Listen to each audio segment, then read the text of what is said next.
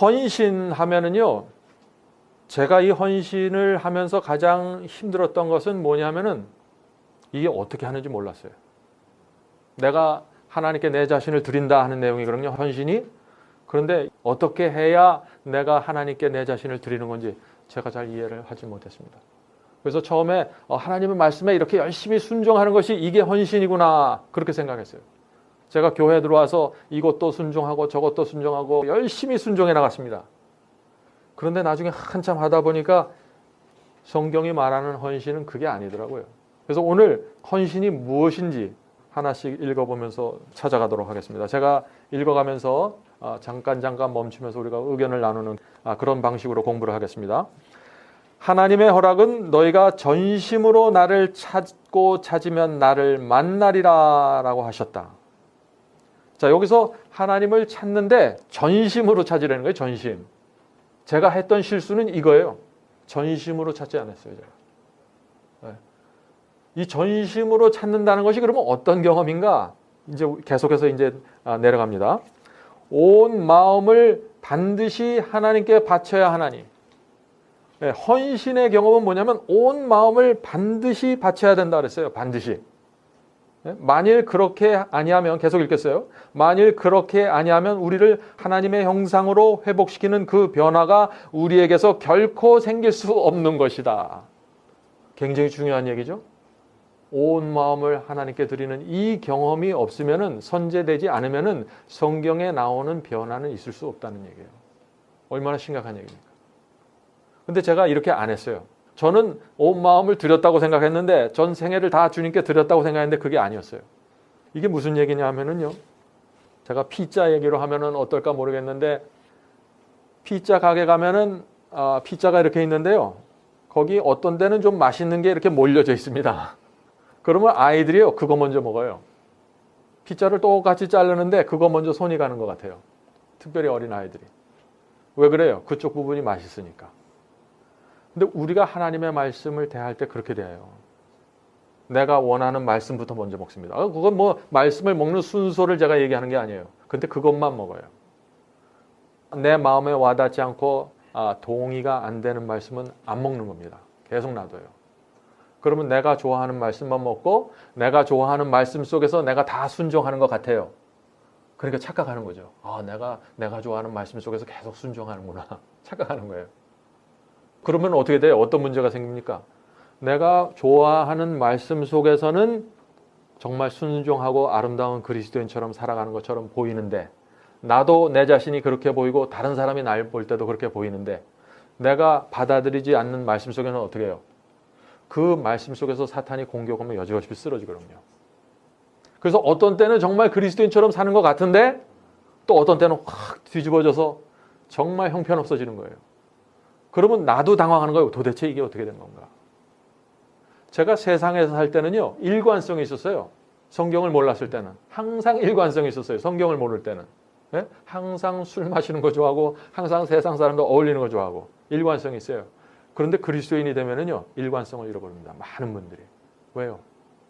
말씀을 내가 원하는 것만 먹고 원하지 않는 건 제껴놓으니까. 그래서 내가 읽지 않고 내가 원하지 않는 그 말씀 속에서 사탄이 공격을 해요. 사탄은 알아요. 우리가 무슨 말씀을 좋아하고 무엇을 제껴놨는지. 그래서 그 부분에서 문제가 생기면 여지없이 쓰러져. 그래서 우리 가족이나 우리 친구들이나 우리 교우들이 나를 잘 이해를 못하는 거예요. 저 사람은 언제는 굉장히 경건한 것 같은데 오늘 보니까 형편없네. 이렇게 돼버리는 거예요. 일관성, 영적인 일관성을 잃어버리고. 굉장히 중요합니다. 그래서 온 마음을 하나님께 드려야 된다 하는 것은 이 말씀을 받는 그 태도를 얘기하는 것입니다. 자, 그런데 이 말씀을 이렇게 부분적으로 받아들이면은 또 무슨 문제가 생기는가? 변화가 안 된다 그러잖아요, 지금? 왜 변화가 안 되는가? 이 변화는 우리 스스로 하는 게 아니잖아요. 예수님께서 우리 속에 들어와서 심장을 바꿔주셔야 됩니다. 심장 수술이 이루어져야 돼요. 전에 내가 좋아하던 것을 싫어하는, 지금 내 마음은 저걸 좋아해요. 그런데 그리스도 예수의 마음을 받으라 그랬잖아요. 그 예수의 마음을 받으면은 어떻게 돼요? 그때 내가 좋아하던 것이 싫어지게 되는 것입니다. 그래서 너희 가운데 이 마음을 받으라 하는, 이 마음을 품으라, 이는 곧 그리스도 예수의 마음이 해서 이 그리스도의 마음을 받는 경험을 해야 심장 수술이 이루어져서 우리의 사고방식과 의도와 목적이 달라지게 되는 것입니다. 근데 제가 여기서 또 실수했어요, 제가. 왜냐하면 심장 수술이 이루어지지 않고 심장이 바뀌어지는 이 의도와 목적과 내 삶의 방향이 바뀌어지지 않고 제가 말씀을 보면서 이것도 순종해야겠네. 이것도 해야지. 이걸 해야지 내가 구원받지. 이걸 안 하면 내가 지옥 가지. 그래서 남들이 볼 땐 열심히 하는 거예요. 제가 열심히 했어요. 그런데 내 속에 이루어지는 이 경험이 없는 상태에서 내 노력이 앞장서서 가는 거예요. 계속. 그러면 어떻게 돼요? 내가 세상을 좋아하는데 싫어하는 척 하게 돼요. 왜? 좋아하는 건 문제가 생기잖아요. 네? 성경하고 안 맞잖아요. 그래서 나도 모르게 위선을 하게 됩니다. 그리스도인의 경험은 뭐냐? 내가 싫어해서 싫은 거예요. 내 마음이 그걸 싫어해서 안 하는 거예요. 죄가 마음속에 좋은데, 돈과 세상이 마음속에 좋은데 싫은 척 하는 게 아니라는 얘기예요. 그렇게 되면 어떻게 돼요? 내 스스로도 딜레마에 빠집니다. 좌절하게 돼요. 왜냐하면 다른 사람들은 모르지만 나는 알거든요. 내가 지금 무슨 의도와 무슨 동기를 갖고 이 말씀에 순종하는지. 그래서 우리가 순결한 그리스도의 생애라는 것은 뭐냐? 이것은 마음의 중심에서 나오는 의도와 동기와 목적대로 살아가는 거예요. 그래서 그것이 열매예요. 내가 노력해서 하는 게 내 마음과 다른 어떤 것을 내가 노력해서 만들어내는 것이 아니니까 말이죠. 네? 계속해서 읽겠습니다. 이게 굉장히 중요한 얘기죠. 이런 회복시키는 변화가 우리에게서 결코 생길 수 없다 하는 얘기예요. 계속해서 읽겠습니다. 세 번째 줄. 우리는 본래 하나님에게서 멀리 떠났다.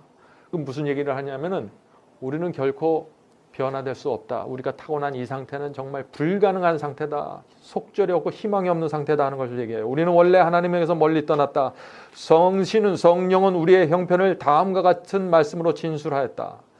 허물과 죄로 죽었던 너희, 에베소 2장에 있는 말씀이죠. 또 온 머리는 병들었고 온 마음은 피곤하여 성한 곳이 없고, 이사야 1장 말씀이고, 우리는 사탄의 올무에 단단히 붙들어 매인받아 그 뜻을 쫓아 그에게 사로잡힌 자. 디모데서 2장의 말씀입니다. 우리는 지금 이 말씀은 뭐예요?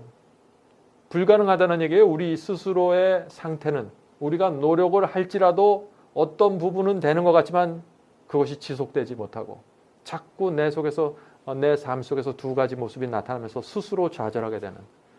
자, 이거 심각한 얘기죠. 여러분들 지금 제가 말씀드린 이런 경험이 이해가 되십니까?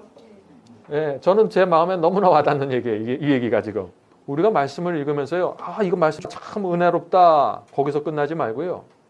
이 경험이 내 속에서 지금 어디까지 왔는가?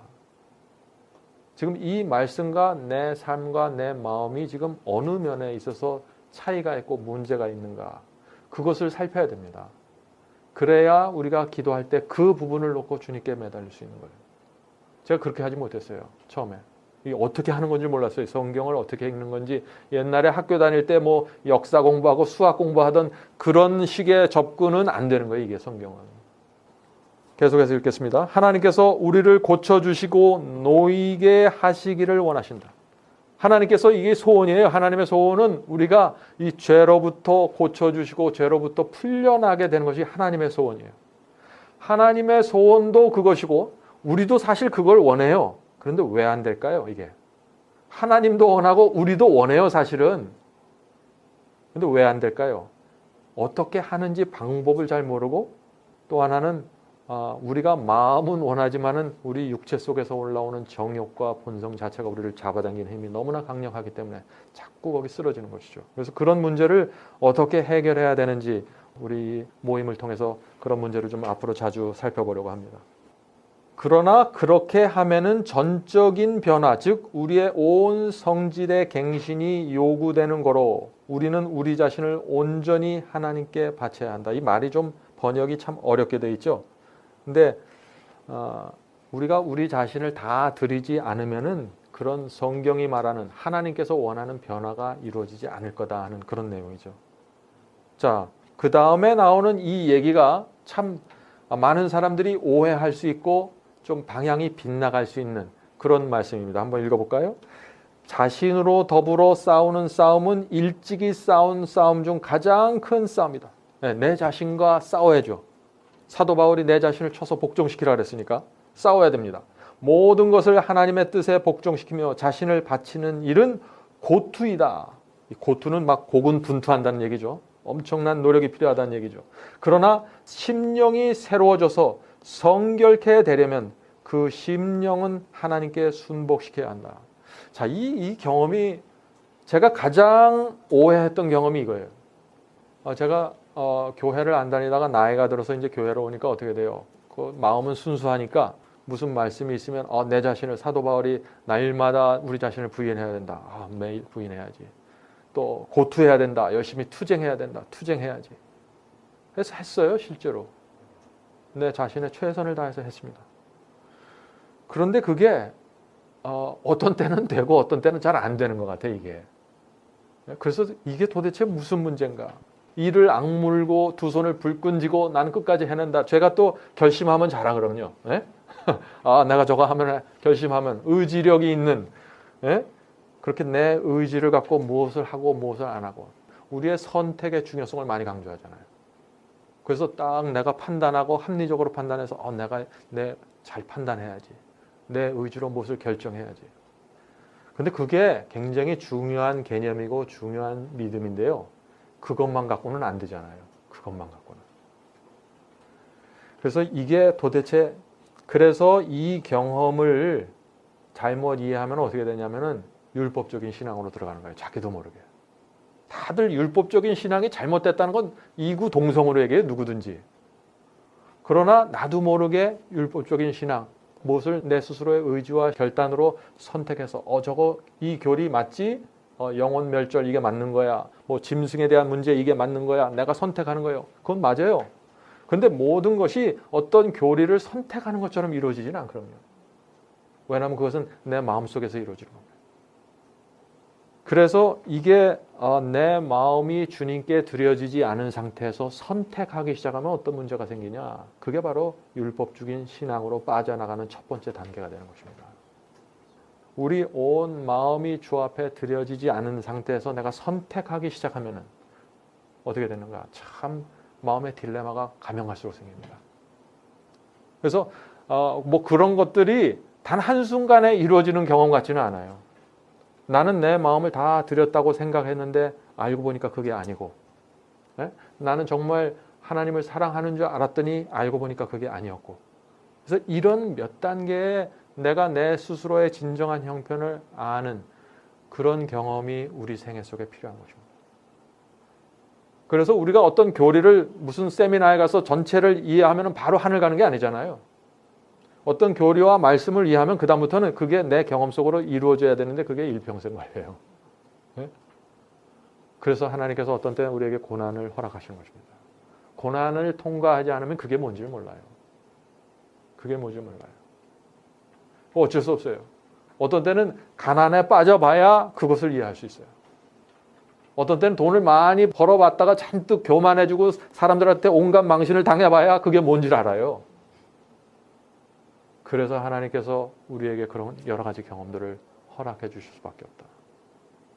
우리가 우리 자녀들을 키울 때 그 어려운 경험들 줄 때 얼마나 힘듭니까? 우리에게 고난이 올 때 우리에게 고난을 허락하시는 하나님의 마음은 우리보다 훨씬 더 어려운 거예요. 그래서 이 하나님께 우리가 우리 자신을 바치고 특별히 내 자신을 주님께 드리기 위해서 투쟁하고 노력하고 또 의지의 결단을 해야 된다. 이것이 도대체 어떤 경험인지 지금 이 5장에서는요. 굉장히 그런 것을 많이 강조합니다. 어떤 경험인지 이거를. 요한복음 17장 3절의 이 말씀이 저는 굉장히 이 문제에 있어서 아주 키가 된다고 생각합니다. 요한복음 17장 3절입니다. 그 말씀 있죠. 영생은 곧 유일하신 참 하나님과 그의 보내신 자 예수 그리스도를 아는 것입니다. 예수 그리스도를 내가 안다고 생각했는데요. 많이 알지 못하면 그 수준 안에서 그냥 끝쳐버려요. 그래서 예수님을 정말 깊이 알아야 됩니다. 자녀들을 길러보면 그렇잖아요. 그 아이가 7살, 8살 때 저를 아는 거하고 20살 때 지금 저를 아는 거하고 지금 다 커서 30살이 넘어서 이 아버지, 어머니를 아는 건 전혀 다른 점. 7살, 8살 때는 어떻게 해요? 그때도 순종 잘해요. 제 말 잘 들어요. 근데 제가 무서워서 들어요. 안 들으면 때리니까 내가. 벌 주고 아빠가. 근데 그때는 그 아빠의 처벌이 어떻게 느껴집니까? 전부 고난이에요. 처벌이고 형벌이에요. 근데 자라면서 이 아이가 인생을 살아보면서 아, 그때 아빠가 그렇게 안 해줬으면 내가 큰일 날 뻔했구나. 이렇게 깨닫잖아요. 우리 그리스도인의 경험 중에서도 그런 것들이 필요하다는 거예요. 그런 것들이 우리가 갖지 않으면은 말씀을 읽어도 이게 무슨 말인지 몰라요. 나는 최선을 다해서 읽었고 마음을 활짝 열고 읽었지만은 이게 무슨 뜻인지 몰라요. 그래서 하나님께서 인도하실 때 우리가 너무 조급해하지 않으시는 게 또 중요합니다. 너무 안달하지 마세요. 왜 나는 이 경험이 없을까? 경험 주세요. 여러분이 원하면은 반드시 주세요. 자, 계속해서 읽겠습니다. 하나님의 정부는 사탄이 주장하는 바와 같이 맹목적 굴종이나 무리한 제재 위에 세워진 것이 아니다. 사탄은 주장해요. 하나님께서 어떻게 해요? 맹목적으로 순종하기를 원한다고. 순종 안 하면 처벌하고 순종하면 벌 주고 지옥 가고 강압적으로 우리를 끌어가고. 그게 사탄의 주장이에요. 근데 하나님께서는 그렇게 하지 않으세요. 여러분들도 여러분들 자녀 그렇게 안 하잖아요. 네? 근데 제가 이 말씀을 이번에 5장을 읽어보면서 육신의 아버지 어머니도 이렇게 하지 않는데 왜 우리가 하나님을 그렇게 생각하나? 왜 하나님께서는 우리에게 뭐 강압적으로 무엇을 요구하고 강압적으로 무엇을 끌고 가는 그런 것처럼 우리가 자꾸 착각하나? 자, 계속 읽어보죠. 하나님의 정부는 이지와 이성과 양심에 호소한다. 하나님께서는 우리의 이성과 양심에 호소해요. 양심. 네? 우리 자녀 교육도 이렇게 해야 되지 않아요? 우리 아이들이 좀 커면은 그 양심에 호소해야 됩니다. 근데 저는 좀 논리적인 사람이라 우리 자녀를 키우면서 제가 잘못한 거예요. 제가 아버지가 될 준비가 안 된 상태에서 아버지가 돼버렸어요. 그러니까 아이하고 만나면은 논리적으로 따지는 거예요. 너 이래서 이런 거야. 그래서 넌 저 구석에 가야 돼. 이렇게 되는 거예요. 그러면 아이들은 아무 말도 못하고 내 논리에 당하는 거예요. 그럼 무슨 문제인가? 양심의 호소를 받지 못하기 때문에 이 아이가 마음에 응어리만 자꾸 생기는 거예요. 논리적으로는 아빠의 논리가 맞아요. 걔도 동의해요. 그건. 근데 양심의 호소를 받지 못했기 때문에 그 아이가 깊이 뉘우치고 그것을 고쳐야겠다 하는 마음을 갖지 못하는 것입니다. 하나님께서도 우리를 그렇게 인도하시길 원한다는 거예요. 우리의 양심 깊은 곳에서 하나님의 음성을 듣길 원하고 하나님의 논리만 듣는 게 아니에요. 예언 해석을 이렇게 하니까 이렇게 돼야 돼. 이 논리만 받아들이는 게 아니라 하나님께서 우리를 양심 속에서 말씀하시는 그것을 우리가 이해하고 받아들여야 된다. 그래서 계속해서 읽어보죠. 오라 우리가 서로 변론하자 함은 조물주께서 그의 만드신 피조물에게 하신 초청이다. 하나님께서 우리하고 디스커션하기 원한다는 거예요. 네? 디스커션. 이게 참 얼마나 감사합니까? 저는 이게 감사해요. 왜냐하면요. 하나님께서 우리 말씀을 통하여 우리하고 디스커션하고 논의하고 토론해 주시는 게 얼마나 감사한 일인지 몰라요. 일방적으로 끌어가 보세요. 하나님을 믿는 사람들이 굉장히 불행해질 것입니다. 예를 들어서 그리스도인의 완전에 대한 문제로 나오죠. 완전에 대한 문제를 일방적으로 끌어가는 거로 이해해버리면요 굉장히 슬퍼져요. 그것은 진리예요. 그러나 하나님께서 우리와 토론하고 변론하고 우리의 양심 속에서 호소하심으로써 우리에게 스텝 바이 스텝으로 우리를 인도해 가시는 과정이 있는 거예요. 그래서 여러분들 너무 안달하지 마시고 마음을 편안히 가주시고 주님께서 우리를 어떻게 인도하시는지 하나님의 최선을 믿으셔야 돼요. 하나님의 최선. 저는 제 삶 속에서 또 우리 사업 속에서 어떤 일이 일어날 때 하나님께서 이걸 최선이라고 생각하시고 이런 상황을 주셨구나 생각하면 제 마음에 평화가 있더라고요. 여러분들 가정에 여러분들 직장에 여러 가지 어려움이 있더라도 이것이 하나님의 최선이다 생각해 보세요. 그러면 거기서 마음의 위로가 생깁니다. 계속해서 읽어보겠습니다. 하나님께서는 당신의 피조물들의 의사를 강제하지 않으신다. 분명하죠? 그는 단 마음과 이성적으로 하지 않는 경배는 받으실 수 없다. 네? 받지 않는 게 아니라 받으실 수가 없어요. 그거는 우리가 정말 자원하는 마음과 또 이성적으로 그것이 받아들여져서 드리는 경배가 아니면 저는 이런 말씀들이 참 좋아요. 여기서 우리가 생각할 것은 하나님께서 우리에게 감정을 통해서 우리의 감정을 자극해갖고 우리를 어떤 곳으로 끌고 가지 않는다는 거예요. 왜냐하면 감정은 순간적이기 때문에. 감정은 순간적이에요. 감정은 그럼 어떻게 생기나? 그럼 그리스도인은 감정이 없이 그냥 이성과 양심 갖고만 살아가냐? 감정은 와요. 어떤 때? 이성과 양심으로 우리가 동의했을 때 그 후에 감정이 따라옵니다. 아, 정말 감사하구나. 정말 감사하구나. 주여 감사합니다. 주께서 저를 어디로 인도하시든지 제가 따라가겠습니다. 감정이 오는 거예요. 근데 감정을 먼저 놓고 그냥 그것만 따라가는 게 아니에요. 나중에 이성과 양심이 언젠가는 따라오겠지. 그게 오늘날 기독교에서 많이 착각하는 문제 아니에요? 그래서 찬미 부를 때도 감정을 띄우려고 하죠. 네? 그렇게 하면 안 되는 거예요. 그건 하나님의 방법이 아니라는 얘기입니다. 우리가 찬미를 할 때, 예배를 드릴 때, 또 설교를 하거나 또 들을 때 감정을 자꾸 올려갖고 내가 내 신앙을 드라이브하고 끌고 가려고 노력하지 마세요. 내 이성과 내 양심이 동의하면은 그 감정은 자연스럽게 따라오게 되는 것입니다. 그건 누가 막을 수가 없어요. 그렇게 해서 따라오는 감정은 오래 가요. 굉장히 지속적이고. 동의하십니까? 네. 자, 다만 억지로 굴종하는 것은 마음과 품성의 진정한 개발을 방해할 것이요. 사람으로 온갖 자동 인형이 되게 할 것이다. 자동 인형이라고 했어요, 번역을. 로봇가 되게 한다는 로봇. 근데 사람들하고 대화하면은 뭐라 그래요, 지금? 차라리 로봇을 날 만들어 주시지 왜 이렇게 나를 자유의지를 줘서 이렇게 나를 고생시킵니까? 그런 얘기 안 들어보셨어요? 저는 들어본 게 아니라 제가 그런 생각을 해봤어요. 네? 아담과 하와를 좀 자동 인형, 로봇으로 만들지. 왜 그 쓸데없이 권리를 주고 선택을 주시고 의지를 줘서 그 사고를 치게 만드나. 지금 그 두 사람 때문에 내가 지금 이렇게 고생하고 있지 않나. 왜 내게 의지를 줘서 내가 선택할 수 있는 여유를 주셨나. 그런 걸 주시지 않으면은 내가 올바른 일만 하면서 선을 행하면서 살아갈 텐데. 여기에 대한 여러분의 대답은 뭡니까? 왜 하나님께서 우리에게 자유를 주셔서 이렇게 어렵게 만드셨어요?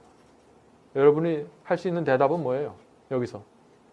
그리스도인만 하는 질문이 아니라 저 세상 사람들 많은 경우에 이 질문을 해요. 그거 하나님 잘못 아닌가? 하나님 잘못.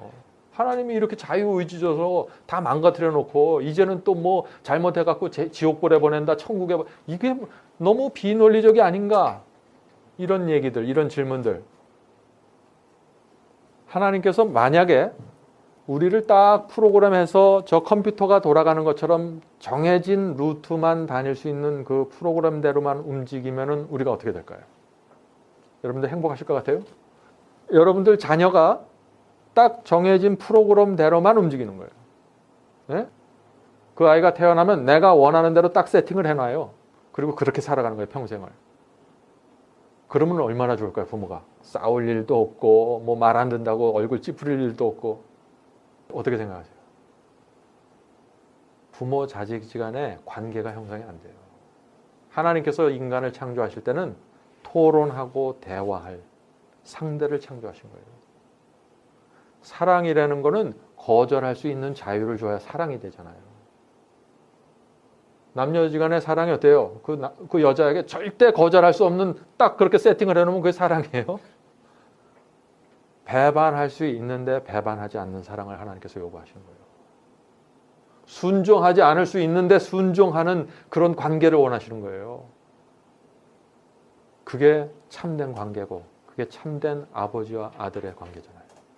절대적으로 나는 순종해야 되고 절대적으로 뭘 해야 되고 나는 전혀 옵션이 없다. 선택권이 없다. 그럼 하나님께서 그런 관계 속에서는 이 하나님은 사랑이시기 때문에 도무지 그런 상대를 놓고선 관계를 형성시킬 수가 없는 거예요. 하나님께서. 사랑의 조건은요. 자유의지입니다. 사랑의 조건은 바닥에 피차 간의 자유의지를 줘서 피차 간에 선택할 수 있는 권리를 준 다음에 시작하는 거예요. 그래야 그게 사랑이고 그래야 그것이 자원하여 드리는 경배가 되는 것이죠. 그래서 우리가 우리 자녀들 그런 의지와 선택을 주면서 우리가 대화를 해야 돼요. 도망가지 못하게 그걸 딱 차단해갖고 대화하고 싶은 충동 많이 느끼죠. 저도 그래요. 그런데 그렇게 되면은 어떻게 되냐? 내 눈앞에선 잘해요. 근데 자기 의지와 자기 결단으로 결정한 선택이 아니기 때문에 아빠, 엄마가 없을 땐 딴짓해요. 그게 무슨 의미가 있어요? 네? 하나님께서는 우리가 혼자 있을 때 하나님을 경배하게 원해요. 우리가 이렇게 여럿이 있을 때 서로 눈치를 보고 서로 예의에 지켜서 무엇을 하는 게 아니라 나 혼자 있을 때 하나님을 바라보고 경배하게 원해요. 그런 사람이 하나님께 온전히 마음을 드린 사람입니다. 자, 계속 읽어보죠. 그는 당신의 창조력의 극치인 사람이 가능한 한 최고 한도까지 발달되기를 원하시는 최고의 축복을 우리 앞에 놓으셨다. 우리가 최고도로 이 세상에 살면서 최고로 높은 그런 수준까지 올라가게 되는 게 하나님이 원하는 거예요. 하나님께서. 우리도 우리 자녀에게 그걸 원하잖아요. 우리가 어떤 자녀를 낳았을 때 그 아이가 가지고 있는 능력 안에서 최고를 발휘하면서 살아가기를 원해요. 하나님께서도 우리에게 그렇다는 거예요. 그래서 최고 한도까지 발달되기를 원하시는 최고의 축복을 우리 앞에 놓으셨다. 지금 우리 집사님들 앞에 최고의 축복이 다 있다는 거예요. 네? 그거를 받고 살아가려는 거예요. 그 최고의 축복이 뭐예요? 그런데 그 최고의 축복이 구체적으로 그것이 지금 여기서 이 문맥상으로 볼 때 그게 바로 변화된 생이에요. 성화예요. 거듭남이에요. 그것을 우리가 받고 우리 마음이 변화돼서 우리 삶 속에 열매를 맺기 시작할 때 그게 최고의 축복이라는 거예요. 아니 왜 우리가 거듭나고 우리가 변화되는데 그게 왜 우리의 축복일까? 그게 우리의 마음에 무슨 기쁨이 될까? 그게 우리 무슨 행복이 될까? 저 뒤에 보이는 저런 멋진 아파트에 들어가야 행복하지. 성경의 행복은 인간은 어떻게 창조됐냐면 다른 사람을 행복하게 해줌으로써 내가 행복해지는 거예요. 내 스스로 나와 내 가족만 열심히 행복하려고 노력해보세요. 행복해지지 않아요. 결국에는. 남편이 행복해지는 방법이 뭡니까? 아내가 행복해져야지 행복해요. 아내는 누구예요? 내 남편이 행복해야 돼요. 그래야 내가 행복한 거예요. 우리 자녀들은 엄마 아빠가 정말 행복하게 살아가는 모습을 봐야 행복한 거예요. 우리 부모들은 어때요? 우리 자녀들이 부족하지만 정말 행복하게 살아가는 모습을 볼 때 우리 마음에 기쁨이 있는 거예요. 그래서 우리는 내 스스로 내가 행복해야지, 내가 무엇을 만족해야지, 내가 뭘 만들어야지, 내가 이 조건을 만족해야지, 그래야 내가 행복하지, 그렇게 생각하시면은 그거는 전혀 다른 종류의, 그건 저 세상 사람들이 하는 행동이에요. 하나님께서 우리에게 주고자 하는 최고의 축복은 뭐냐? 우리 주변에 있는 사람들, 다른 사람을 행복하기 위해서 고민하는 사람들이에요. 그럼 내가 행복해져요. 다른 사람에게 복음을 전하기 위해서 내가 고민하세요. 그럼 여러분들이 성화돼요. 제가 31살에 시골에 가서요. 내가 성화돼야지 하고 무조건 노력했어요. 네? 내가 세상을 버려야지. 그것도 중요해요. 그거 제가 전혀 무시하는 게 아니에요. 그러나 모든 것이 내 구원에 집중되어 있었어요. 내 구원에 집중되어 있으니까 어떤 문제가 생기는 줄 아세요? 가난한 자가 지나가도 쳐다보질 않아요. 제가. 왜? 내가 더 불쌍해요. 내가 더 동정받아야 돼요. 복음을 모르는 사람들 내 주변에 있어도 전혀 그 사람들에 대한 내가 무엇을 해야 될지, 내 의무가 뭔지, 그 사람들 내가 어떻게 대해야 될지 전혀 모르는 거예요. 왜? 내가 구원받아야 돼. 내가 지옥 가지 말아야 돼요. 우리가 무슨 동기로 그리스도를 믿는지 이 헌신은요. 그것이 순결해져야 돼요. 그러면 참된 행복이 우리에게 다가옵니다. 그것이 그렇게 될 때, 그것이 정확하게 이해되고 우리가 정확하게 우리가 가야 될 방향을 이해하면은 그때 참된 행복이 무엇인지 알아요. 행복은 내가 얼마나 많이 갖고 있는가로 결정되지 않습니다. 그건 사실인 것 같아요. 제 친구들이 지금 교회에서 뭐 선교부장도 하고 수석장로 한 친구도 있고 얼마 전에 제 친구가 수석장로가 됐다 그러더라고요. 미국 어떤 교회에서. 근데 그 친구들이 다 부자예요. 굉장히 좋은 차 타고 다니고 집도 좋아요. 근데 그 친구가 저랑 한번 만나서 얘기를 하는데 자기는 행복하지 않대요. 그래서 난 깜짝 놀랐어요. 아니 교회 수석장로에다가 집도 이렇게 좋고 자동차도 이렇게 멋있고 도대체 나보다 부족한 건 하나도 없어 보이는데 행복하지 않다는 거예요. 저는 행복한데. 네? 근데 왜 행복하지 않다고 얘기하는 줄 아세요? 양심이 불편하대요. 부자들의 고민이 뭔지 아십니까? 양심이 불편한 거예요. 하나님과 교회를 다니고 기도하고 모든 것을 하는데 하나님과 하나 된 경험이 없이 하는 거예요. 근데 그 모든 문제의 원인이 가만히 들어가서 보니까 재물이에요. 그걸 본인이 아는 거예요. 그래서 행복하지 못하다고 고백하는 거예요. 여러분들 혹시 여기 가난하십니까? 가난해서 행복한 줄 아세요? 가난해서 감사하세요. 그분들이 갖고 있는 고민 여러분들 없어요. 반찬을 가지수가 준다. 내가 사는 아파트 평수가 작다. 이건 아무 문제도 아니에요. 그건 우리의 양심을 불편하게 만드는 문제가 아니기 때문에 그래요. 제가 지금까지 살아오면서 가장 저를 힘들게 했던 거는 제 양심이었어요. 제가 갖고 있는 것이 아니었어요. 가만히 생각해 보면. 제가 시골에 그렇게 살 때도 제 마음이 편안하니까 행복하더라고요. 제 마음이 편안하니까. 여러분들 남은 생에는 그렇게 사셔야 돼요. 그 자꾸 쓸데없는 거 생각하지 마시고, 예? 지금 내가 갖고 있는 것에 만족하세요. 불행을 내가 갖고 있는 것에 만족하지 않을 때, 여기서부터 시작되거든요. 내가 붙들고 있지 않은 것을 바라보면서 적어도 있어야 되는데 그렇게 생각하는 거예요. 그때부터 행복하지 않아요. 갈라디아서 자족할 줄 알았어요. 너희가 부자나 가난하나 자족하다. 지금 내가 갖고 있는 것에 만족하고 살라는 거예요. 이게 다른 게 아니에요. 계속 읽겠습니다. 그는 당신의 뜻을 우리 안에서 이루시기 위하여 우리 자신을 당신께 바치기를 청하신다. 우리가 하나님의 자녀의 영광스러운 자유를 누리기 위하여 죄의 속박에서 놓이고 못 놓이게 되는 것은 우리의 선택에 달려있다. 그렇죠? 여기서 선택이 중요하죠? 죄의 속박에서 벗어나든지 붙잡혀 있는 것은 우리의 선택이다. 당연한 얘기예요. 우리가 선택하지 않는데 뭐가 이루어지겠어요? 우리가 선택을 하는 건 기본이에요. 그런데 선택을 하는데 어떤 마음으로 하냐 이거예요. 어떤 마음으로. 하나님께 마음을 드린 상태에서 이루어지는 것이냐, 아니면 어떤 구원과 멸망을 놓고 어떤 축복을 놓고 그것을 위해서 내가 선택을 하고 결정을 하는 것이냐, 그 얘기를 하는 것이죠. 그래서 선택은요, 내가 선택한다 그렇게 생각하지 마시고 조금 또 다른 표현은, 선택은 맞아요. 그건 틀림없습니다. 근데 이런 표현으로 바꿔서 이해하면은 더 저는 제 마음에 와닿더라고요. 그것은 매달림의 매달림. 문둥병자가 어떻게 했어요? 예수님께서 오시니까 주여 나를 구원하여 주시옵소서. 나를 고쳐주시옵소서. 그건 그냥 선택한 게 아니에요. 이 표현은 선택이지만 그건 단순한 선택이 아니에요. 뭐 음식을 먹을 때 이거 먹을까 저걸 먹을까 이런 정도의 선택이 아니에요.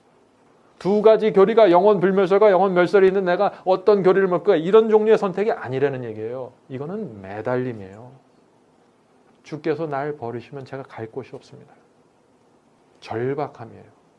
간절함이에요. 이것이 반드시 선택에 포함되어 있어야 돼요. 그것이 선택에 대한 사상입니다. 제 실수가 뭔지 아세요? 절박함과 간절함이 뭔지 몰랐어요. 그래서 선택하면 되는 줄 알았어요. 내가 결심하면 되는 줄 알았어요. 거기서 이루어지는 게 아니더라고요. 내가 얼마나 절박하고 내가 얼마나 간절하냐에 따라서 내 마음이 열려지는 폭이 달라지고 성령께서 나에게 역사해 주는 그 깊이가 달라집니다. 그래서 이 선택에 대한 문제, 이건 굉장히 중요합니다. 이 선택에 대한 문제, 또 내 자유의지에 대한 문제를 잘못 이해해버리면 어디로 빠질 수 있어요? 율법적인 신앙으로 들어갈 수 있어요. 율법적인 신앙으로 들어가면 첫 번째 나타나는 게 뭔지 아세요? 나만큼 선택하지 않는 사람은 무시해요. 나만큼. 왜? 나는 내가 싫어하는데도 이만큼 선택했는데 너는 왜 그거밖에 못해? 이럴 거예요. 왜요? 자기가 싫어하는 것을 선택해서 그래요. 내가 내 마음이 정말 원하니까 선택하는 거예요. 그래서 자꾸 지금 제가 마음을 말하죠? 마음. 내가 정말 원하니까 그걸 선택하는 거예요. 그래서 우리가 선택할 때 기도해야 되는 이유가 여기 있어요. 기도를 통해서 우리 마음이 달라져야 되니까. 우리는 타고나면서부터 교만하고 태어나면서부터 이기적인 사람이에요. 그렇기 때문에 이런 마음 갖고는 선택을 해도 억지로 선택하는 거예요. 이런 마음 갖고는 선택을 하면 교만해져요. 그래서 성경을 많이 아는 사람들이 어떤 때 교만해져. 성경을 모르고 아예 신앙도 없는 사람은 교만해질 수가 없어요. 교회 안에서. 왜? 자기도 알아요. 남도 알고 자기는 신앙 없다는 거. 근데 내가 성경을 많이 읽고 성경에 대한 지식을 많이 갖고 예언에 대한 많은 지식을 가졌는데 정말 내 심정에 내 마음의 중심에서 이루어지는 경험이 빠져버리면 어떻게 돼요? 그 다음부터는 지식 자랑하게 되고 영적인 교만으로 들어가는 거예요. 굉장히 조심해야 됩니다. 그쪽으로 빠져 들어가면 빨리 빨간불이 들어와야 돼요. 여러분들 마음속에. 아, 내가 지금 뭔가 놓치고 있구나. 그거는 뭐 한 번 구원의 그런 경험했다고 해서 자동적으로 유지되는 게 아니죠. 오늘날 기독교에서 가르치는 것처럼 뭐 한 번 구원받으면 영원히 간다. 그런 건 없어요, 세상에. 한 번 그런 경험을 했더라도 또다시 그 경험을 잃어버리기 때문에 늘 내 마음을 살피면서 살아가는 게 필요합니다. 근데 이렇게 제가 늘 이런 얘기를 할 때마다 또 다른 편에서 얘기하는 거는 그거는 내가 조바심을 느낀다고 해서 되는 게 아니에요. 그냥 내 마음을 들이면은요, 이런 경험들은 자연히 따라오게 됩니다. 또 세월이 지나가면서 점점 더 깊어지게 돼요. 이게 도대체 무엇인지. 그래서 여러분들 마음을 편안하게 가지시고 대신 한 가지 말씀으로 여러분을 채우셔야 돼요. 말씀으로. 결국은 말씀해 주죠. 우리의 합리적인 사고방식과 우리의 합리적인 판단으로는 이게 되는 게 아니에요. 말씀으로 나를 채워야 돼요. 다니엘서와 요한계시록으로 나를 채워야 돼요. 그럼 그 말씀이 나를 끌고 가요. 말씀이 나를 설득해버리거든요. 제가 말씀을 안 읽었을 때는 동쪽으로 가야 그게 해답이라고 믿었어요. 제가 교회 안 다녔을 때 옛날에. 인생은 이렇게 사는 게 가장 최선이라고 생각했어요. 근데 말씀을 읽으니까 어떻게 돼요?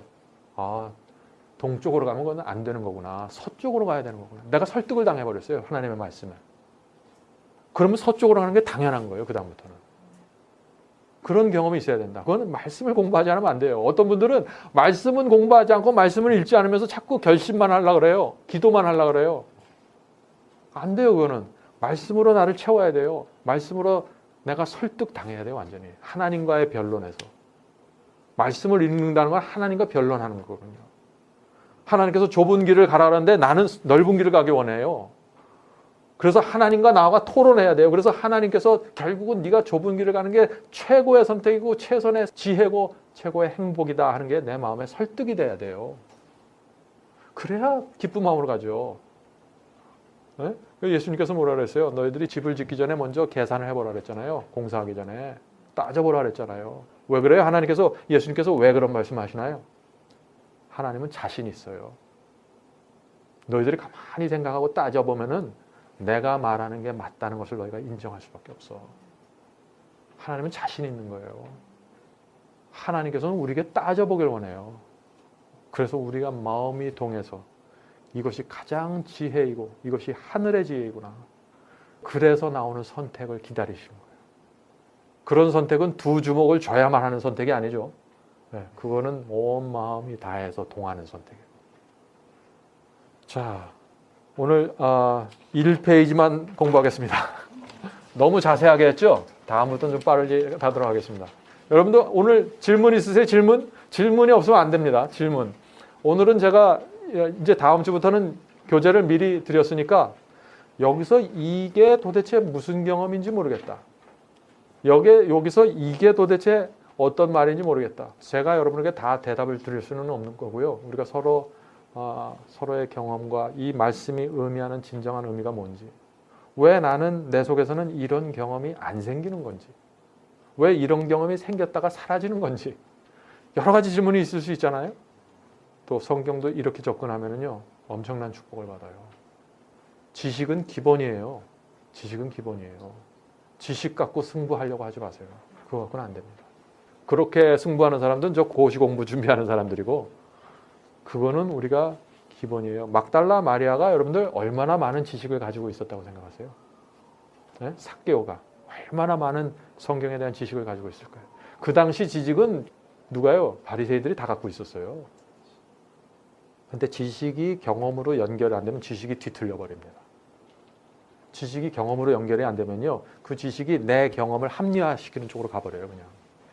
그게 오늘날 다 교회 안에서 이루어지는 일 아니에요? 지식을 알 땐 좋아요. 그런데 내 마음이 그걸 따라가지 않으면 결국은 어떤 식으로 되냐. 이 말씀을 내가 이렇게 해석해야겠구나. 그래서 내 해석이 바꿔져요. 그래서 제가 미국에 있을 때 참 좋아하는 미국 목사님이 계셨는데 그 목사님이 그런 얘기를 하셨어요. 제가 옛날에 책을 읽으면서 그 옆에다가 깨같이 다 써놨대요. 지금 이 말은 이런 뜻이구나, 이 말은 이런 뜻이구나 다 썼어요 그때. 근데 이 목사님이 목회를 하고 한 오랜 세월이 지나가서 나중에 회개를 하고 거듭남의 경험을 했어요. 네? 그러고 나서 빼서 다시 읽는데 그 10년 전에 5년 전에 썼던 그 말들 보니까 무슨 말이에요? 그 당시에 자기가 갖고 있는 그 세속적인 마음, 그 당시에 자기가 갖고 있던 이기심과 교만을 합리화하기 위해서 다 그걸 다 해석했어요. 자기 마음에 맞춰서. 그래서 진리에 맞춰서 우리의 마음이 따라가지 않잖아요. 결국 이 진리가 내 마음 수준으로 내려오게 됩니다. 내 마음에 맞춰서 재해석하게 돼요. 그것이 오늘날 교회 안에서, 오늘날 많은 개신교회 안에서 이루어지고 있는 일들이에요. 그래서 굉장히 중요합니다. 자, 이제 우리 기도하고 마치도록 하겠습니다. 제가 기도하겠습니다. 하늘에 계신 아버지, 오늘 저희가 배운 이 말씀을 저희 마음속에 새겨주시옵소서. 주께 저희의 마음을 드린다는 이 경험이 어떤 것인지 알 수 있도록 도와주시옵소서. 주님, 저희의 마음에 맞춰서 말씀을 변질시키지 않도록 도와주시고 저희 마음속에 늘 주님 안에서 거하는 행복과 만족을 주시옵소서. 주님, 저희가 너무나 부족합니다. 많은 것을 알고 있지만 경험하지 못했습니다. 주님, 저희를 불쌍히 여겨주시고 저희의 남은 생애를 인도해 주시옵소서. 무엇이 주께로 가는 길이고 무엇이 하늘을 향한 길인지 알 수 있도록 도와주시고 그 길을 걸을 수 있도록 도와주시옵소서.